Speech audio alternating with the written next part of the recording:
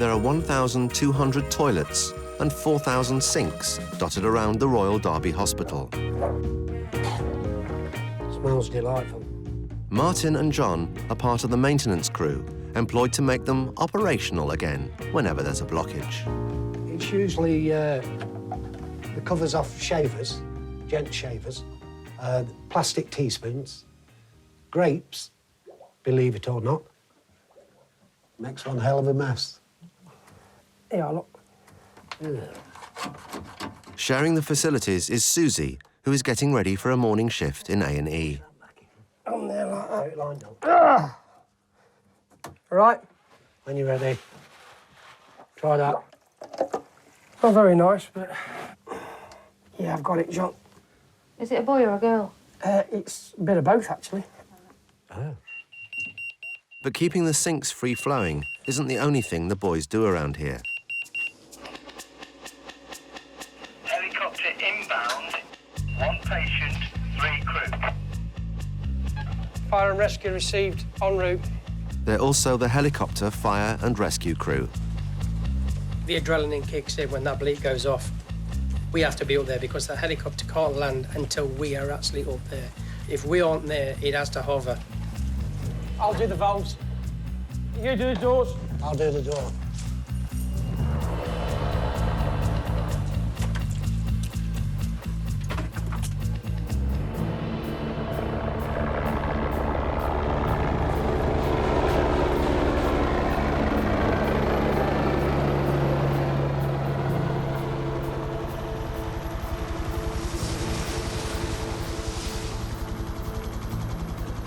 You've always got to be focused.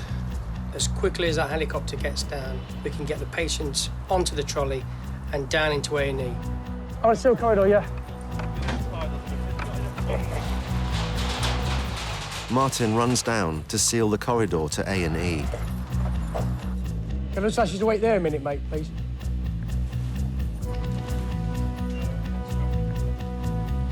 Once the patient is delivered into the hands of the emergency doctors, it's back to the sinks for the boys.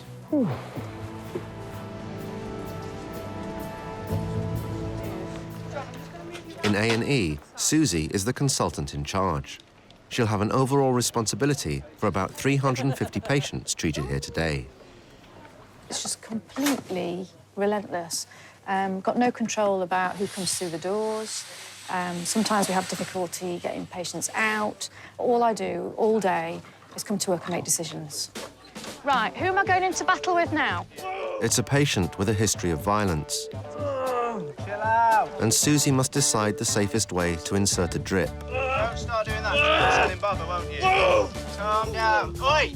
Well, you should do, shouldn't you? Oh, for goodness sake. Less wriggling. I need to exude confidence. The patients need it, the nurses need it, the junior staff need it. Keep still, or you're going to hurt yourself. Keep still. You're going to hurt yourself, mate. Keep very, very still. We like a moving target, don't we, Craig? Not moaning. It's one of those days where everything is going to be difficult. So, I do apologise. it's not your fault on this occasion. Audrey. What's the plan then, Susie, for you to ring them or...? In a minute. I've got 2 things on the go at the minute. Let me no sort problem. out Mr. trying to bleed to death, and then we'll sort out him, because he's not going anywhere. Do you want us to go wait in their reception desk? I suggest a cup of tea, Right. because he's not going anywhere, is he? All right? Thanks for your help earlier on. We couldn't have done it without you. Anytime. Here we go, Margaret. 1 cup of tea for you, darling. That's lovely. There you go, sweet pea. All right. Good. Enjoy, my darling. I just love patients on the ward. Absolutely love them. Did you sleep all right, Ali? Yeah. Good, good, good. There we go, sweetheart. Up on the 4th floor, housekeeper Colette is in charge of keeping patients fed and watered. Right. Put my stuff away. She's like the landlady of the ward. Hope you're not making a mess of my kitchen, Doc. Good morning, darling. I ever need a mess? Oh, morning, Doc. How are you, darling? Very good, thank you. I love the shirt. You like it? Yeah, suits you. Very much so, Doc. Absolutely. Love it. I always say that to him. He's such a lovely dog. Can't help myself. Can't help myself. Beryl. Yes, thank you. Toast and marmalade. There you go, my sweet. There you go, darling. Can I have a knife? You want a knife, darling? I'll go and get you one, sweetie. Yeah. Nuisance. Oh, I didn't know it was cutting off. This is one of several wards dedicated to the care of an ever-growing number of elderly patients. Thank you. Put your glasses on. Yeah? Good man. That's it. All right? Yeah? No, that. Colette and colleagues, like Sarah, also see talking as a key part of their job, encouraging those on the ward to reminisce. What do you think to my tattoos, Beryl? Do you like them? Oh. No, not really. Well, you asked me. Well, yeah. In my generation, we didn't do them. We didn't have them. No. Not to my idea, anyway. What sort of people did? Yobbos. I get so attached to some of the ladies on the ward because they remind me of what happened 6 years ago. Me and my sisters, we lost our mum. So just have to get over it and get on with it. But it is hard sometimes. It's really very hard sometimes. But you just get on with it. Miss her like crazy, but hey. Must be Margaret. Do you enjoy me doing your hair, Margaret? Oh, yes, I like being twiddled around. Yes.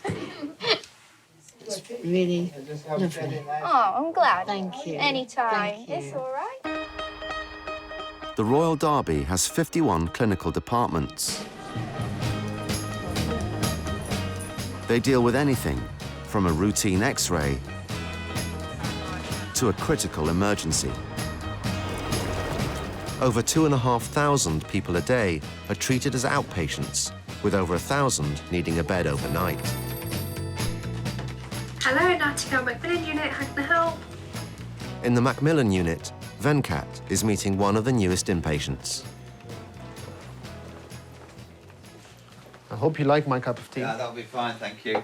A few days ago, Glynn was diagnosed with a tumour above one of his lungs. And how are you this morning? Good, I think. Slept better again, which is good. We don't know how you will respond to the treatment unless you start having the treatment. Sure. And that remains to be seen. Time will tell. If the treatment has the desired effect, you're likely to get back doing what you were doing earlier on. We want to remain optimistic. I think today it sort of started the radiotherapy, so it's sort of started the unknown today, I think, isn't it? And I am optimistic because if I can beat it, I'll beat it. Last week, when he was admitted to the unit, he was in a lot of pain, and now his symptoms are better. He's certainly mobilizing better, his pain's better, and he's starting to talk more about what his future is now. So, and that's a positive way we made an impact, and this is not end of life, and this is quite early in the diagnosis. Glynn's wife, Dawn, has moved into his room to help out during the first few days of his treatment. The improvements that I've made since last Tuesday are really unrecognisable, aren't they? Mm. Yeah. In fact, it's been absolutely fantastic, really. We won't get the better of me, absolutely not. No. I'll be coming out the other side, there's no doubt about that whatsoever. We'll fight it all the way. I'll fight it all the way. And then we'll get you home. And then get off home. It'd be nice to get back and see the doggies. Missing my doggies now a little bit. Yeah, little monkeys. A couple more days at the most.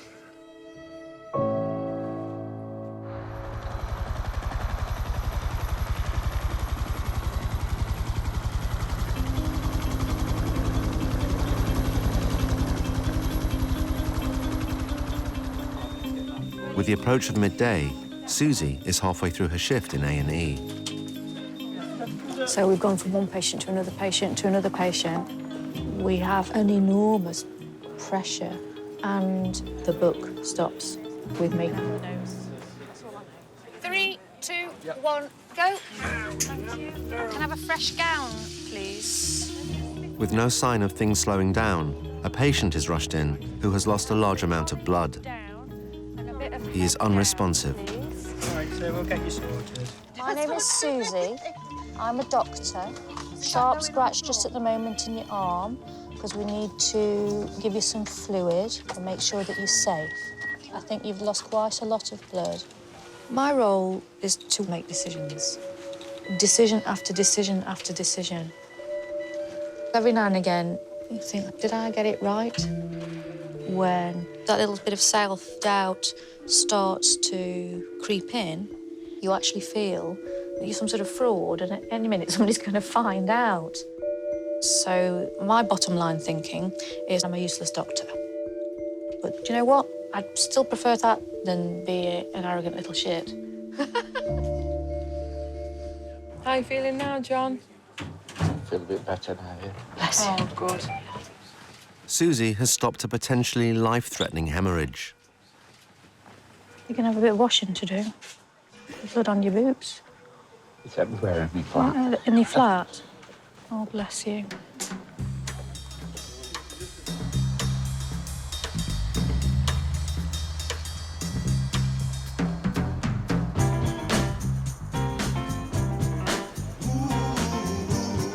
The thousands of people passing through the hospital every day can unwittingly bring their own threat. They're not working in here. Oh, we're all in darkness. Debbie and her hygiene crew have a short time to spot-check the cleanliness of theatres before the day's operations begin. Stopping the spread of superbugs is so important that the hygiene team have the power to shut down a theatre if it doesn't meet their high standards. That's fine. It's good. I'm just going to do the floor. Yeah? Okay. I'm just going to go into the... The edges are OK, so I'll just Yeah. check the middle. Check under everywhere. So, hopefully there should be nothing on me. Nothing. Spotless part, well done. Right, doing here then. Wash my hands. In one of the orthopaedic theatres, Julie is deep cleaning in preparation for the knee and hip operations in a few hours.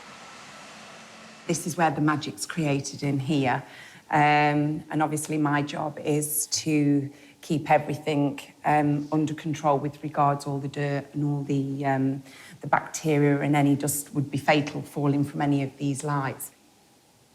I mean, the surgeons here, they're just ultimately, they're gods, aren't they? I mean, we're just mere mortals here, aren't we? I bow as they go past in the corridor. Orthopaedic surgeon Arthur is operating on 4 patients today. How are you? Good, good, good. Are you all set to go? First on his list is Mr. Desange, who is having a knee replacement. As part of the service today, we give you a free shave as well. Is that OK? Yeah. OK, don't wash this off, Dev, will you? No. Well, I'll go get my pyjamas on. Thank you. See you in a bit. See you later. OK. As one of the hospital's most reputable surgeons, Arthur prides himself on the personal touch. OK, right. I'll go get my hands washed. I'll see you in there, all right? Well done, Dev. He believes a relaxed atmosphere is the key to his success. Let's get it on. Jesse, what a tune. Let's get it on. Oh, yes. Ben, your line.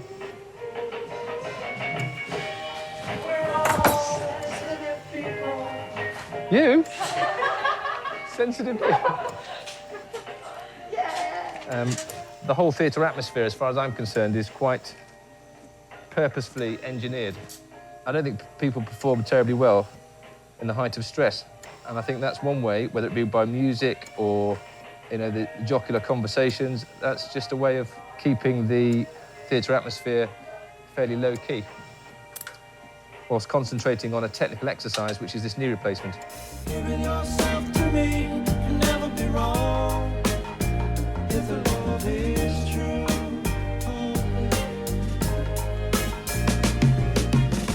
I've been a consultant now for over 10 years, and you build an eclectic taste. The group team favourite? A big dose of Detroit Motown. We love a bit of that. Keeps me and my staff on a plane where they're not stressed at the outset. If they're not stressed, there's always another place which you can move into of extra focus, should you need to. So, left total knee replacement.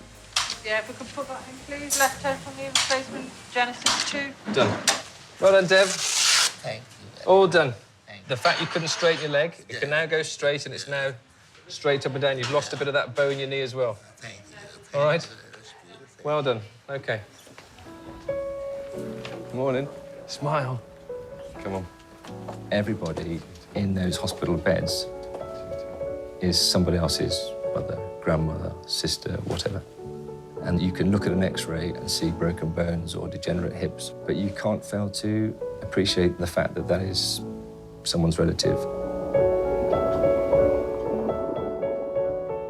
2 floors down, in the basement, Glynn is about to begin radiotherapy treatment in an effort to shrink the tumour above one of his lungs. You put weight on while I've been away. Right by his side, for support, is his wife, Dawn. Managed to cut right down on the sickies, so that's a plus. The ultimate goal is obviously give them up and pack them up for good. Dawn's never ever smoked in her life. Me and Dawn grew up together. We've been together since we were 15. We met through being in carnival bands, marching bands. We started off as best friends. Became friends in the band and became very, very good friends, and then progressed from there. And you plucked up the courage to ask me. But we just had a lot in common from day one, I suppose. Dawn was pregnant when she was 16. That always moves the relationship along a little bit, and that's it. We've been together ever since. Never been able to shake her off. Again, you knew that, you do. Realised she was onto a good thing, didn't you, Dawn? I did. Venkat will be monitoring Glynn's progress closely. The proposed treatment for Glynn is radiotherapy. Hello, you all right? We have a good proportion of our patients who are here to manage their symptoms, and then we get them home. Hello, how are you? All right, how are you? I'm okay, thank you. We just don't know if it's going to work, but we have to try. Just go straight down there, that's fine. Is that all right there? What's that? You okay like that? I'm fine. OK then, Glynn. Off we go.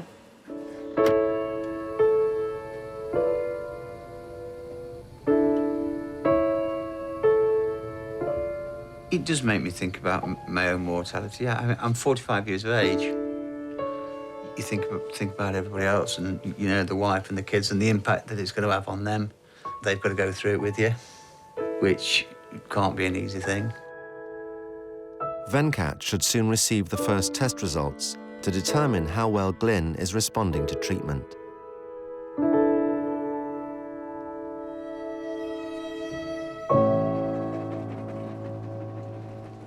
Up on the second floor, Martin and John are back on maintenance duty, keeping the hospital ticking over. Hi, boys. All right? Yeah, I'm fine, thank you, sweetheart. Hi, Ben, you all right? Hi, Ben. How's things? Nice to see you. And you? No, it's good. Oh, well, everybody's heard about the bird. Bird, bird, bird. The bird's a winner. Well, a bird, bird, bird. Bird is a winner. Well, a bird, bird. Going up.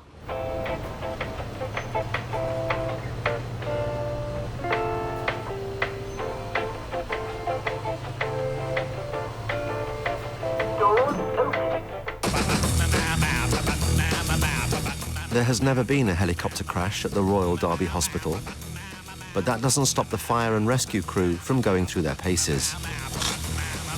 The 2 large cannons, fed from a 10,000-litre water tank, need regular testing.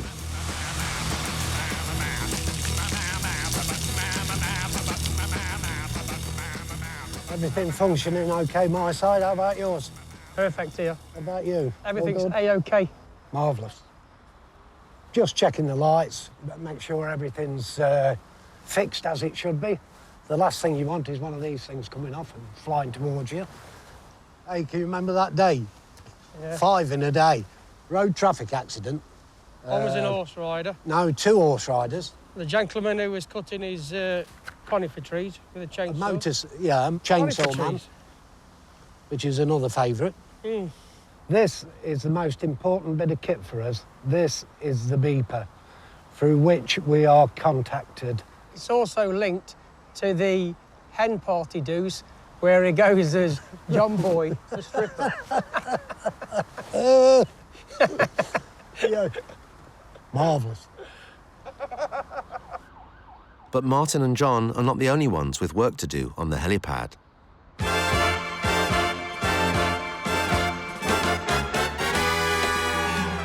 Lloyd the Hawk is the hospital's official pigeon chaser and one of its most unexpected lifesavers. There's some birds over there. Yeah, those pigeons have disappeared now. That's it. Lloyd done good. Yeah, it's good lad. By making sure the rooftops stay bird-free, he keeps the helicopters and fire and rescue teams safe.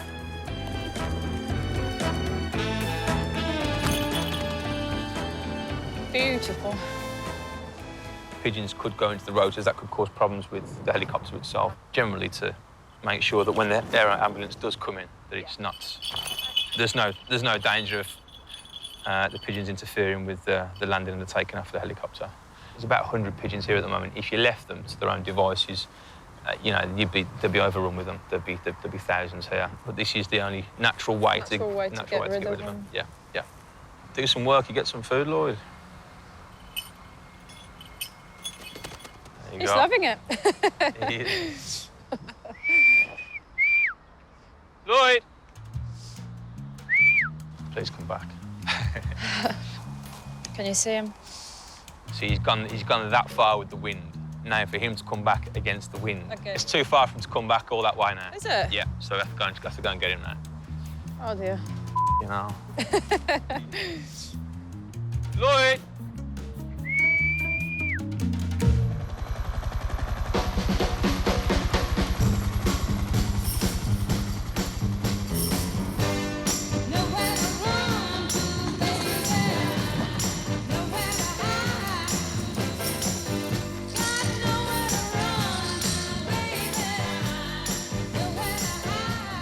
Morning, Ash. How are you?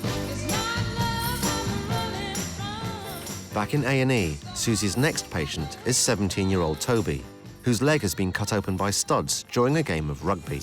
This looks like the Texas Chainsaw Massacre. Isn't quite the look I was going for. Right, so that's that. I'm going to put some local anaesthetic around the wound. So my strong suggestion to you is to breathe on that Entonox. In fact, nothing happens for about 20 breaths, and then a beautiful moment happens where you feel slightly drunk. Not that you've ever been drunk, ever. No, never. Never. Your nose is getting very slightly longer. No, it's not. I know it's wide, but it's not long. OK. In this case, good old-fashioned laughing gas is the anaesthetic of choice. Look at you.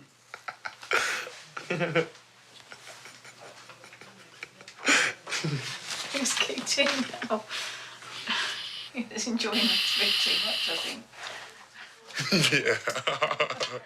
I can hear everything. OK, keep breathing away, my friend. Scratch coming.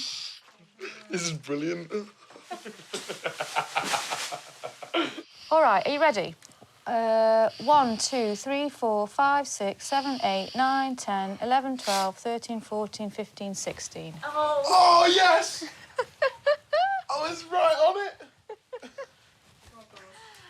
You see what's going to happen now? It's a terrible thing. Oh, no. Oh, yes. It's all good. Give it back. Give Well, me back. OK. I've never seen that before.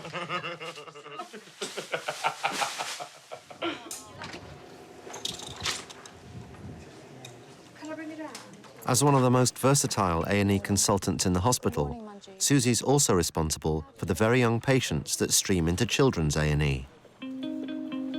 This is Frank. Frank has had 45 minutes, looks like it's been febrile convulsion. Yeah. Initial temperature of 39.2, no cal. 3-year-old Frank has been brought in by ambulance, suffering from convulsions.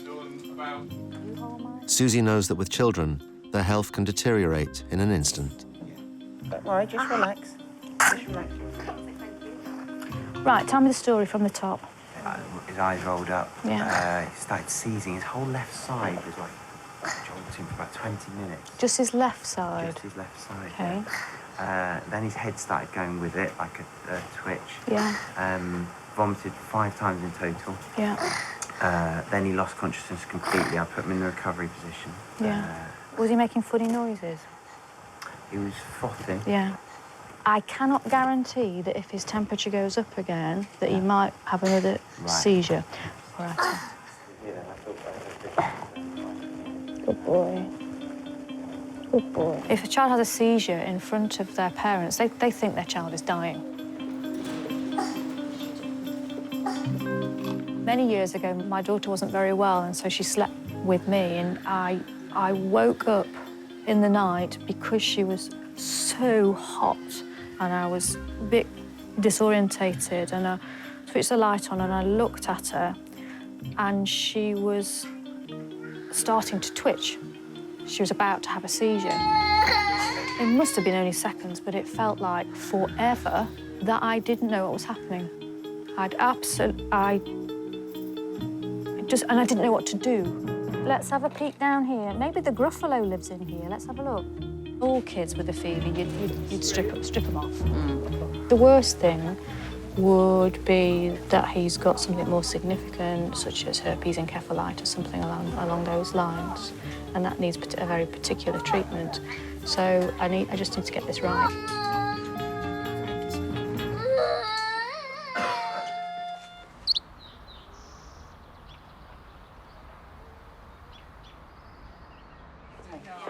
On the elderly ward, Sarah and Colette are on their way to visit 91-year-old ex-tank driver Albert. You all right, Colette? Yeah, mate. He's been off his food the last few days. Hey up, Albert. Albert, I've heard you want some help with your menu tomorrow. You want some help with your dinner menu tomorrow? I've got no clothes.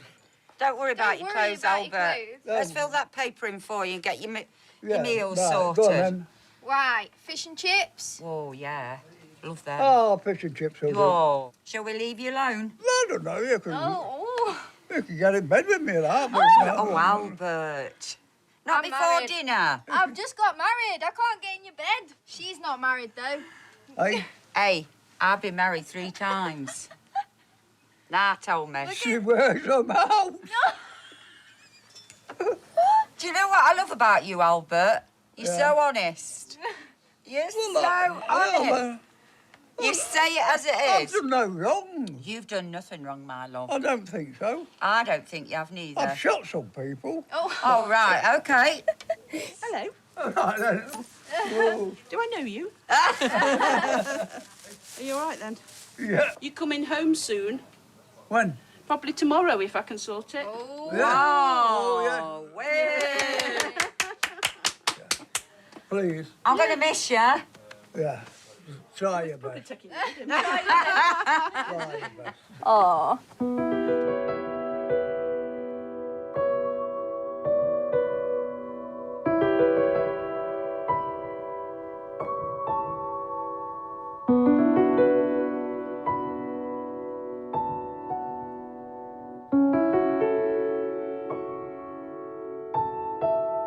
Down in the basement, Glynn is undergoing his latest session of radiotherapy.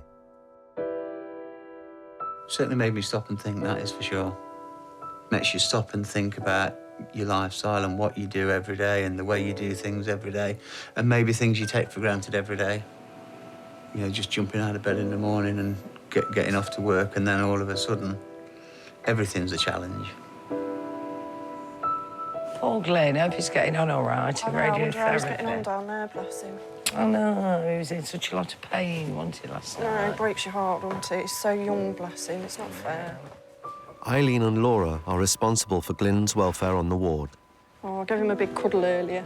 and he nearly cried, and then I nearly cried. Oh, it's... I don't think I've ever cried so much. I know, it's so Working here, as I have anywhere else. And sometimes you wish you could just do a bit more. I know, it's so hard, isn't it? Bless him. I wonder if Glynn will be back for dinner, in time for dinner. I'm not sure, it's been a couple of hours, hasn't he? I didn't think he'd be that long, to be honest. Hope he's all right. Back in his office, Venkata has received the results regarding Glynn's progress. Sadly today, I have to deliver the news to Glynn that radiotherapy is not working, and this will come across as extremely heartbreaking for him and his family, as this means he has a limited amount of time. Conversations like these, involving breaking bad news, are never easy. But patients need to be offered the option of knowing what's happening, and it's important for us to be open and honest with them. Hello again. Hello again. This has been a challenging week. Challenge may be an understatement. We are talking about treatment being palliative here, and that means to control the pain, to give you a good quality of life. It may not add a lot from a quantity point of view.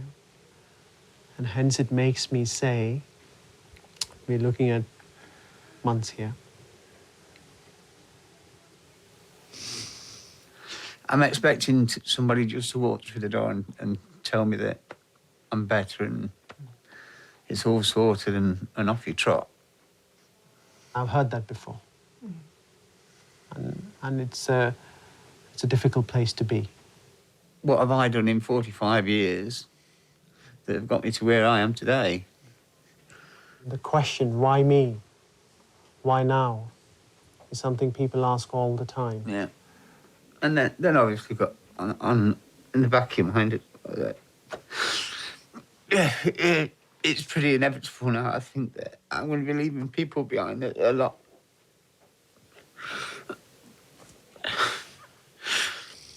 They're a lot older than me.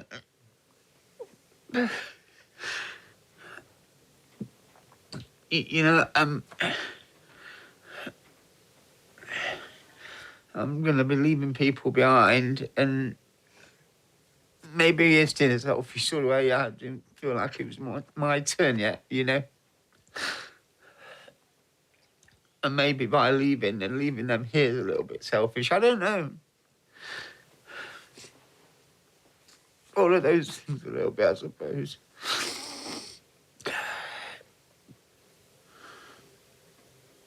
Make the best of what we've got. I promise you this, we will try our very best to support the family.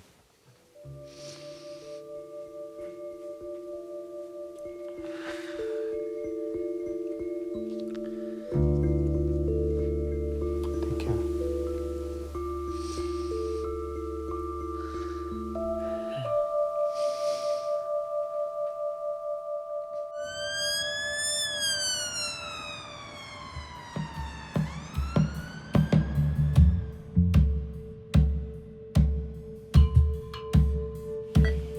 In children's A&E, 3-year-old Frank's condition still hasn't improved. Are you hot again? Are you hot? He's probably tired now, I don't know, but he's just not all there, you know, it's not. You know, when I was saying, look at the telly, and he was looking at other things, and he knew the telly was there. I don't know, he was just funny. Should knock on for 6. Oh, very much so. It's yeah. exhausting. So is this very unusual? Yeah, I've never seen him like this. What I'm going to do, I'm going to ask the nurses to check your numbers again, because we want to make sure that this temperature is coming down. Dad says he's not quite back to his normal self. If his temperature whizzes up again, he could have another seizure.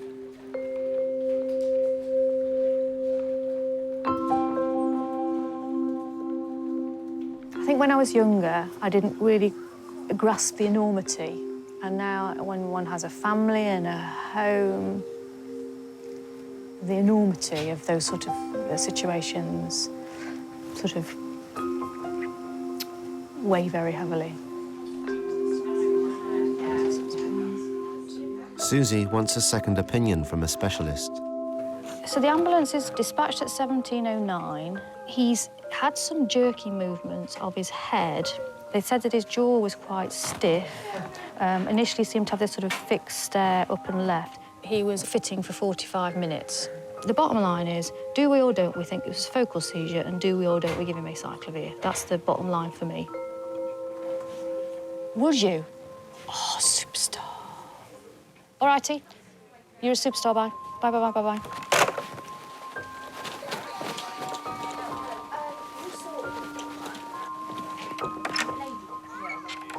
Very slight change of plan. I have my friend who's one of the paediatric doctors. Either A, she'll say, actually, do you know what? I'm happy now. Or perhaps we need a bit more time and a bit more information.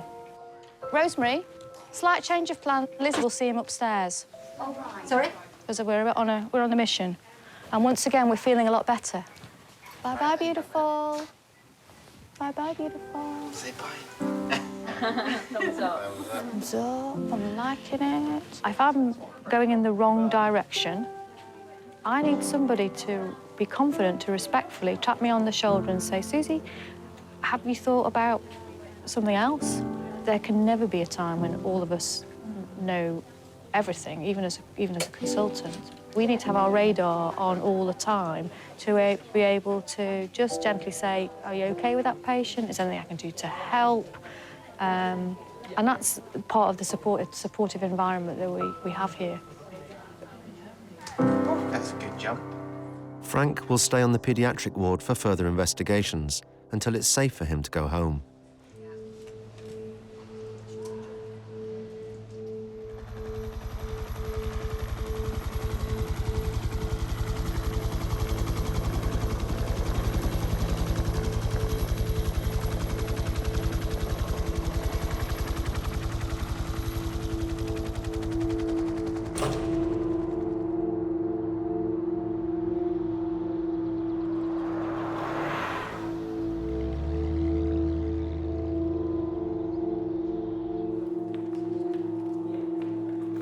Radiotherapy treatment has been ineffective in the fight against Glynn's tumour and the spread of cancer. His condition has deteriorated rapidly. Glynn, at this point in time, is unable to eat and drink, remains in his bed, not able to talk to his family. Sadly, he's dying. Cancer is so shocking in the way it can take one's life rapidly, and we will do everything we can to keep him comfortable and support Dawn and the rest of the family for as long as they need us. You slept in this room for 3 weeks now. Nearly, yeah. Things have changed a lot. Yeah. Last 2 days. I've got to keep strong for Glynn because he needs me. And so I'm just basically holding it together. Please do look after yourself. I am. Continue to look after yourself and let us help support you all, yeah. please. Yeah. It was a little hard at first because I was like, you know, I don't want to impose on anybody or like I was asking too much, but now I've come to realise that, you know, they're all brilliant and they're here to help me and I'm going to let them. Please do. I am. Nice to see you. And you. Take care. Pleasure. Take care. Thank you. You build up such a strong bond with these people that, you know, you spend more time with them than you do with your own family. You don't put on this uniform and put on a front and put on a show. You mean every word that you say and every cuddle and every kiss. In that moment that somebody's dying, I remember all of the things that people have said and it will never leave. Like, where have you gone? I love you and thank you for having me.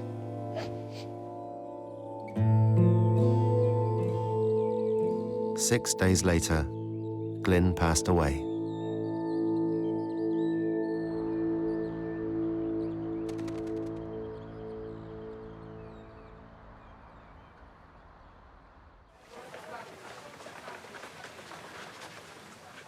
There'll always be a steady stream of patients coming here at the Royal Derby who are often at their weakest and most vulnerable. Sometimes we can fix them, and sometimes we can't. But the key thing is we'll never stop trying. Just painting your leg up now, Mr. McIntyre. Giving you a nice brown suntan, except it's only on the one leg. Right, screen's up there, Mr. McIntyre. I'll see you in about an hour. 54 by 32 contemporary socket, please, matron. Oh, yes.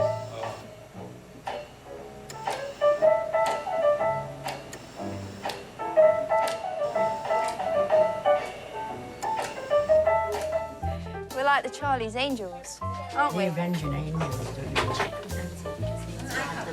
Here we are, girls. Don't fight over him.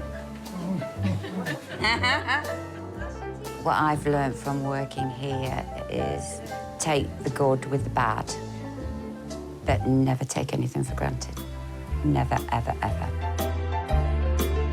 Life is precious and life is short, so treasure every single moment and make sure every single person you love knows that you love them. Don't encourage her. I think we get it right most of the time. When you see people coming into the department clinging to life and we do our job right, and then they leave hospital and go home, that's a great feeling, and maybe they have a greater appreciation for life after that. Where do we go when we die? I have no idea. But personally, for me, I would like to be in a place which is peaceful and plenty of cricket to watch. Let there be cuckoos, a lark and a dove. Everybody? But first of all, please let there be love. Let there be love. You've got to love that one, haven't you? What a tune.